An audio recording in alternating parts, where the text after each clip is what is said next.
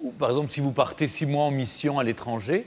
Et est-ce qu'on peut sous-louer, par exemple, une chambre de l'appartement? Alors, une chambre, je ne sais pas du tout. Tiens, c'est une excellente question et je veux bien aller chercher la réponse et vous la proposer. Ça devient chambre d'hôte, du coup. En revanche, oui, c'est ça, ça devient chambre d'hôte. Voilà. En revanche, pour la durée de location, ça ne peut pas excéder 3 mois. Parce que sinon, oui. Voilà, mais 3 mois, c'est quand même, en fait, la lettre qu'on envoie à notre propriétaire, c'est pour une durée maximum de 3 mois. Voilà, mais par exemple, là j'ai fait le test sur un week-end. Vous partez 1 mois en vacances l'été.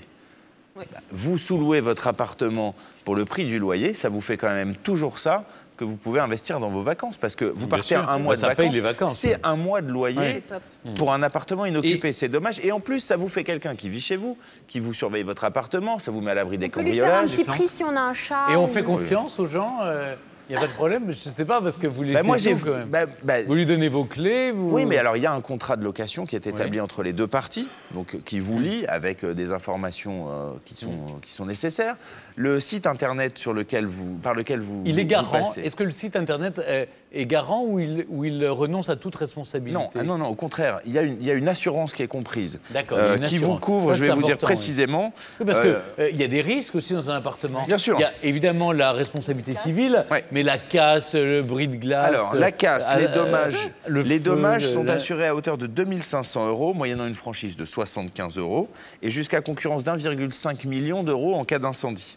Voilà, c'est une assurance multirisque habitation tout à fait classique, qui est plutôt bien faite et plutôt efficace. Et comment le site se rémunère? Alors, c'est assez simple. En fait, le site prélève 12% du montant de la transaction au locataire et 4% au loueur. Pour vous donner un exemple, moi, mes 2 nuits à 50 €, c'est un montant de 100 €. Le site va faire payer 112 € au locataire et moi, va me reverser 96 €. Donc, le site a récupéré au passage... calculé, la différence. 16 €. Bien sûr. Voilà, donc le site se paye là-dessus. 12 d'un côté et 4 de l'autre. Est-ce qu'il y a une caution à payer est-ce que tu laisses une caution quand tu veux louer ce type d'appartement? Non, mais en revanche, l'assurance comprend une annulation, comment ça s'appelle? Annulation ou interruption de séjour. Par exemple, ton locataire choisit de louer ton appartement, donc toi, tu vas le bloquer. Puis malheureusement, ils ne peuvent pas venir parce que le petit dernier est malade, la voiture est en panne, que sais-je encore. Eh bien, l'assurance du site va te dédommager. Ça, c'est une bonne idée. Et à l'inverse, toi, tu prévois de partir et au milieu de ton voyage, il faut que tu rentres absolument chez toi. Est-ce que tu peux déloger les gens qui sont chez toi? Bah non, tu sous-loues un autre appartement. Voilà. On fait bosser les autres un petit peu. Voilà. Je me suis pas posé ces questions. Et ça existe partout en France? Ça existe partout en France. J'ai vu dans les Hautes-Pyrénées une grange entièrement rénovée, très jolie, pour 60 € la nuit. C'est très chouette. Et alors surtout, ce qui est intéressant, c'est que ça existe sur des événements particuliers. Par exemple, pendant le Festival de Cannes. Jusqu'à présent, si vous voulez, dans les événements comme le Festival de Cannes, je sais que c'est un endroit que vous aimez, les propriétaires sous-louaient leurs appartements. Sauf que maintenant, tout le monde peut faire ça. Les locataires peuvent sous-louer. Ce que j'apprends grâce à vous, c'est que les locataires, maintenant, ont le droit de sous-louer leur appartement avec l'autorisation du propriétaire. Je vais même vous dire quelque chose, c'est beaucoup plus intéressant d'aller sous-louer à un locataire qu'à un propriétaire, parce qu'un propriétaire, en fonction de l'offre et de la demande sur un événement, il peut multiplier par 15 le prix de son appartement. Si vous sous-louez à un locataire, il n'a pas le droit de le faire plus cher. Il ne peut pas louer plus cher que ce qu'il loue habituellement. Donc, vous avez tout à fait un événement comme le festival ou le festival d'Avignon, par exemple, où les logements se font rares, eh bien, sous-louer à un locataire qui se moque éperdument du théâtre peut-être, et Dieu sait s'il y en a, parfois, eh bien, vous aurez une location à bas prix. 3 règles à respecter. Lettre d'autorisation du propriétaire. Ne pas excéder le prix de location. Sinon, encore une fois, vous devez payer la différence au propriétaire ou même vous risquez de perdre votre location. Et 3e règle, on déclare évidemment l'argent qu'on touche de la location parce que c'est une activité commerciale. La loi l'impose. La loi l'impose. Non, mais il faut le faire, évidemment. La loi l'impose. Après, moi, je ne suis pas gendarme. Hein. Excusez-moi, Stéphane. Mais vous savez, si vous êtes allé sur le site, à mon avis, les autorités financières y vont aussi. Non, mais moi, je suis poursuivi. Ne l'oubliez jamais. Voilà. C'est bien, il faut être civique et bon citoyen. Oui, merci beaucoup, Benoît. Je vous en prie. C'est vrai.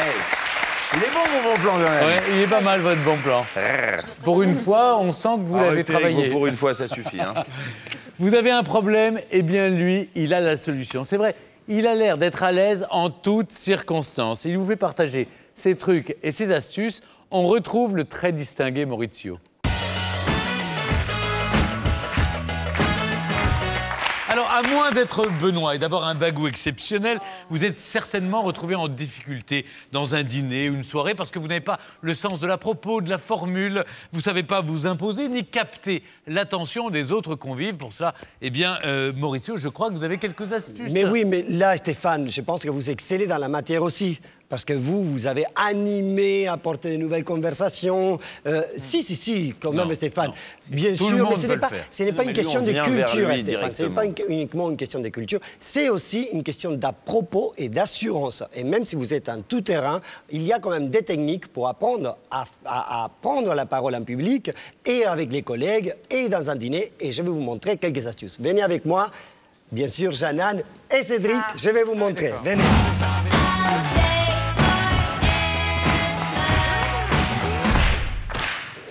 Alors là, vous allez où?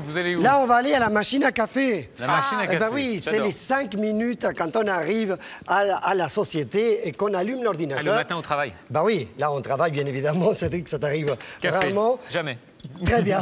Donc, on commence par prendre un petit café, 5 minutes. Et alors, je voulais vous poser la question suivante. De quoi vous parlez quand vous êtes à la machine à café? Eh bien, écoutez, alors, moi, ce week-end, j'étais chez l'esthéticienne. Alors, elle m'a dit un truc de dingue. C'est qu'il y a effectivement... C'est ça le problème, c'est que moi, mes sujets ne vous intéressent pas. Chaque fois qu'on boit le café... C'est pas que ça ne nous intéresse pas, c'est que ce sont toujours les mêmes. Et alors, Cédric? C'est hyper intime. Moi, alors, j'ai pas de domaine de prédilection. C'est-à-dire que ce que je fais, c'est que quand j'entends quelque chose qui m'a plu, une histoire, une anecdote, ou même qui m'est arrivé, si j'ai eu du plaisir à la vivre ou à l'entendre, j'essaye de la raconter aux gens pour la faire partager. En fait, moi, mon plaisir, c'est de faire partager aux gens les bons moments que j'ai passés en entendant ces histoires-là. Oui, mais le problème de ça, Cédric, c'est que c'est toujours ramené au personnel. Et c'est long, en plus, Enfin, mais c'est ramené au personnel. À la machine à café, le sujet qui intéresse tout le monde, c'est les impôts, l'actualité politique, les élections Effectivement, américaines. et Stéphane, je sais pas, et Stéphane, il a raison. Et voilà C'est une de mes techniques. Voilà une de mes techniques. Ça va être d'écouter la radio le matin. C'est vrai, ça semble simple, mais on n'y pense pas. Et moi, je conseille à tout le monde d'écouter la radio. Et si vous n'écoutez pas la radio, aussi, regardez la télé. 10 minutes suffisent pour que vous puissiez avoir l'essentiel de l'actualité, les bons livres qu'il faut lire, la bonne émission qu'il faut regarder le soir, la bonne pièce de théâtre et ce qui s'est passé en politique. Juste 10 minutes. Si vous ne pouvez pas écouter la radio, qu'est-ce qu'on fait? On lit les journaux. Et là, d'un coup d'œil, on a l'essentiel de l'actualité. Et en plus de ça, il y a peut-être toujours quelque chose qui vous intéresse. Et là, vous allez pouvoir le vivre auprès de vos collègues et le démontrer en oubliant les journalistes. C'est maintenant vous qui avez toute l'information pour montrer à votre... Donc ça donne de l'assurance. Le fait de connaître l'actualité, ça vous donne de l'assurance. De la matière, en fait, c'est ça. Tu vas chercher de la matière pour essayer de... Mais en Voilà. fait, c'est ce que je fais. Mais je pense qu'il y a un truc très important, c'est que quand on en parle, il faut prendre du plaisir à le faire quand même. C'est-à-dire prendre un domaine qui nous a vraiment intéressés. Mais c'est ce que dit Mauricio, il dit, dans les journaux, il y a peut-être des articles qui vous intéressent. Mais moi, ce que je retiens là, et ce que j'apprends aujourd'hui, c'est qu'il faut peut-être pas aller dans des trucs un petit peu personnels. C'est vrai que je suis avec mes collègues. Bon, nous, c'est notre ambiance. On est une famille maintenant depuis 3 ans. Oui, mais enfin, l'épilation, oui, l'épilation, c'est comme ça. Mais voilà, peut-être prendre des choses un peu plus généralistes de l'actualité pour peut-être aussi briller devant ses collègues. Et par exemple, l'actualité, ce qui me semble intéressant, lire l'actualité, tout le monde va peut-être le faire, mais c'est d'arriver avec l'actualité et un avis personnel. Et à débattre. C'est pas ton avis personnel qui compte, peut-être, mais qu'est-ce que vous en pensez? C'est l'avis que tu t'es forgé plutôt avec les journalistes, c'est-à-dire que tu as entendu. Bien sûr. Voilà, oui, mais ça ne résout pas le problème, Maurizio. Comment faire pour s'imposer? Si je me retrouve à la machine à café avec Benoît, je ne pourrais jamais en placer une. Non, si. Vous pourrez placer une pièce dans la fente pour m'offrir un café, c'est déjà pas mal. Le problème, il est là. Vous êtes avec des collègues. Comment s'imposer? Parce qu'à un dîner, c'est plus simple, vous avez toujours une maîtresse de maison qui répartit la parole. Mais devant la machine à café, comment vous arrivez à sortir de votre coquille pour... Ah bah attendez, je vais vous montrer. Quand c'est des garçons, les filles. Tac, petite robe. Non, mais... Pardon. Non, ça marche pas. OK. Non, c'est pas... Comment ça remarque? C'est facile. Comment on y arrive? Briller aussi, c'est savoir écouter l'autre et connaître l'autre. Moi, je pense que la seule manière de s'imposer, ou en tout cas d'interpeller les autres, c'est d'abord de dire quelque chose d'intéressant, si possible, qu'ils n'ont pas déjà entendu 12 fois sur toutes les chaînes de radio, télévision, etc. C'est peut-être justement d'arriver à surprendre un peu. Et du coup, c'est ça qui va peut-être... attirer l'attention. Elle a raison. Il y a un proverbe chinois que j'aime beaucoup qui dit « Ce sont les tonneaux vides qui font le plus de bruit ». C'est-à-dire que ce sont ceux parfois qui hurlent le plus fort, qui n'ont pas forcément la chose la plus intéressante à dire, vous voyez? Donc il faut parfois tendre l'oreille pour écouter quelqu'un qui va avoir un avis un peu original. Non, c'est ce que vous nous dites, Maurice. C'est ce qui vous fait briller, Stéphane, tout le temps. Voilà. C'est de pouvoir avoir toujours... Moi, je résume. Donc, avoir du fond, c'est-à-dire retrouver de l'assurance en se documentant, en écoutant la radio, en regardant un peu la télé, en lisant la presse écrite. Et en se réappropriant le message des journalistes, ce que vous avez entendu, vous allez le ressortir avec votre patte à vous, bien évidemment. Peut-être que l'idée, Stéphane, aussi, c'est faire attention aussi à sa personnalité. C'est-à-dire qu'il y a des gens qui ne sont pas forcément très bavards ou quoi. C'est-à-dire qu'ils ne doivent pas forcément forcer leur nature. Non. Donc il faut garder quand même sa nature, faire attention à sa nature propre. Oui, sauf que les gens qui ne sont pas bavards et qui disent toujours je passe inaperçu, je ne suis pas content, je ne sais pas comment en faire. Donc je pense que la pause café, c'est un excellent début pour commencer à savoir prendre ou à prendre la parole d'une manière générale. Oui, c'est un exercice en plus qui a lieu à peu près tous les jours. Hein. Nous, on aime bien notre petite pause café. Donc on s'exerce tous les jours à essayer un petit peu d'avancer. Puis après, les collègues te connaissent normalement, ils savent que tu es plus de nature timide. C'est qu'ils me connaissent tellement que quand j'arrive à la machine, ils s'en vont tous. On risque rien. Il y a aussi une autre chose, on risque rien. Pourquoi? Parce qu'au bout de 5 minutes, même si la conversation n'est pas finie, on peut partir parce que tout de même, il faut aller travailler. Voilà. Ça, c'est une bonne astuce. Merci, bonne conclusion. Merci beaucoup, Maurizio, pour ces quelques conseils. Et je crois qu'au fond, il ne faut pas changer sa nature, il faut essayer... Voilà. Vous, Isabelle, vous avez une voix qui ne porte pas très loin. Je suis très timide. Et vous êtes très timide et en même temps, quand vous dites quelque chose, on vous écoute parce que vous avez toujours des choses intéressantes à nous dire. Ça, c'est sûr. Voilà, donc c'est un bon conseil de Maurizio à suivre en toutes circonstances. Voilà, comment ça va bien? C'est terminé pour aujourd'hui. Merci à tous. Je vous donne rendez-vous lundi, même heure, même chaîne. Mais voici déjà un avant-goût de ce qui vous attend.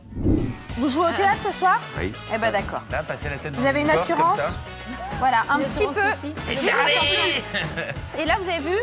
J'ai coupé, c'est très joli. C'est parfait. Moi, je coupe le persil qui dépasse du cabas par là. Et goûtez les petites perles noires. Du caviar. Non. Caviar. Ça aussi, c'est très C'est intéressant. du vinaigre. Ça va aller, ça va aller. Ça veut dire que tu seras intelligent, Benoît. Et pourquoi? Oui, c'est normal. Mais si, t'es intelligent. Pourquoi l'oignon? Je ne sais pas. Alors ça, ne me demandez pas pourquoi, je ne sais pas. Voilà, en attendant, vous retrouverez toutes les informations sur l'émission du jour sur notre site internet www.france2.fr.